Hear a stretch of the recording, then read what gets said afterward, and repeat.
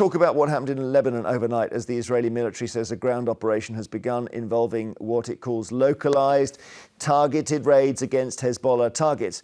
They say there have been precise strikes on several weapons manufacturing sites in Beirut and that numerous steps had been taken to mitigate the risk to civilians. However, the Lebanese health ministry has reported that almost 100 people have been killed in airstrikes overnight and more than 1,000 people have been killed in Lebanon in the last 2 weeks, while up to 1 million may now be displaced. I do have a map I can show you here because obviously the big worry is escalations. If I just put this up here, it's kind of basic. You see how small Israel is in the Middle East and Lebanon as well. The dot under the N of Lebanon is Beirut, just there, the capital that's being pulverized, or I should say bombed heavily by Israel.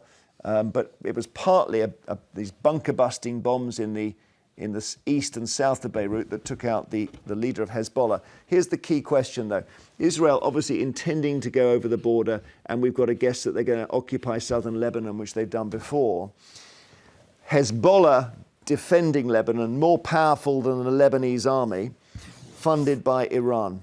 Is there any danger that Israel here somehow gets into a direct contact with Iran? Now, you won't think so because there's Iraq in between and Syria as well.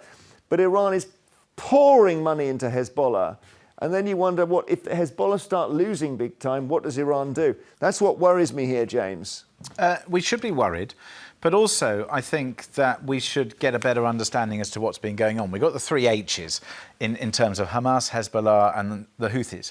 And all of these organisations, some people find it difficult to refer to them as terrorist organisations, but that's what they are. That's what they've been prescribed, certainly by the US and by our government and indeed by many Western nations. So we are dealing with terrorists and terrorist organisations that are funded by Iran. And for too long, we have ignored this problem. We have ignored this issue. Can you extinguish them, though?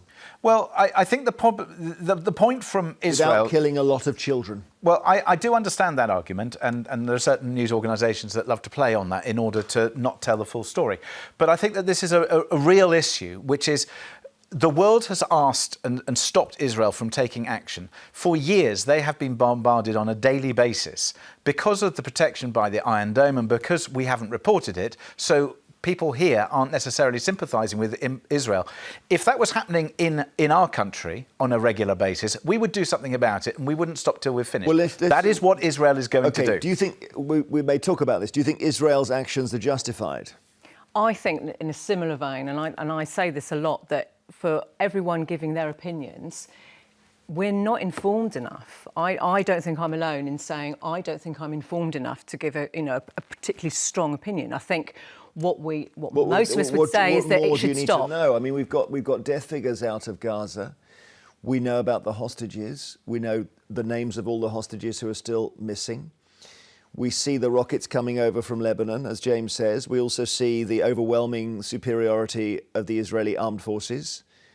What more information do we need? But the reasoning behind it all, I think, as you've alluded to, we're not getting all the information. I think it is very, very hard to understand why it's continuing. And I think the majority of us just think, why don't they just put a stop to it? Because you can understand, I think you can understand going after terrorists, but at what cost? I mean, there's thousands and thousands of... But I think it's very interesting, though.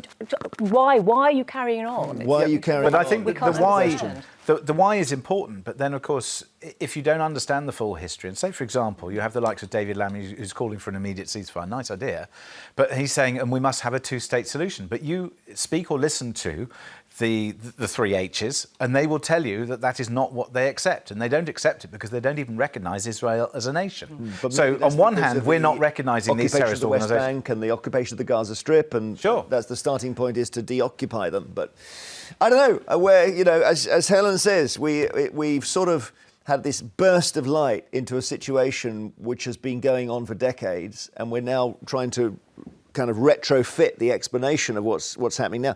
But I think the fundamental problem for Israel is this, that they want to extinguish Hezbollah and extinguish Hamas. You only need one kid left who's lost his mum and his dad and his brothers and his sisters and who vows revenge to have a problem. And they're going to have a whole generation like that. So I don't see how it saves them the trouble. I don't think it necessarily saves them the trouble, but I think what it does do, and I think some of the frankly, ingenious ways in which they've hit Hezbollah, particularly with the blowing up of the communications devices and various other things, just to demonstrate how far they will go and to defend themselves, has to send a message that until or unless, and what they're saying is, until or unless that area, they stop pummeling in those rockets on a daily basis, then they're going to have a clear out. Okay. After the break.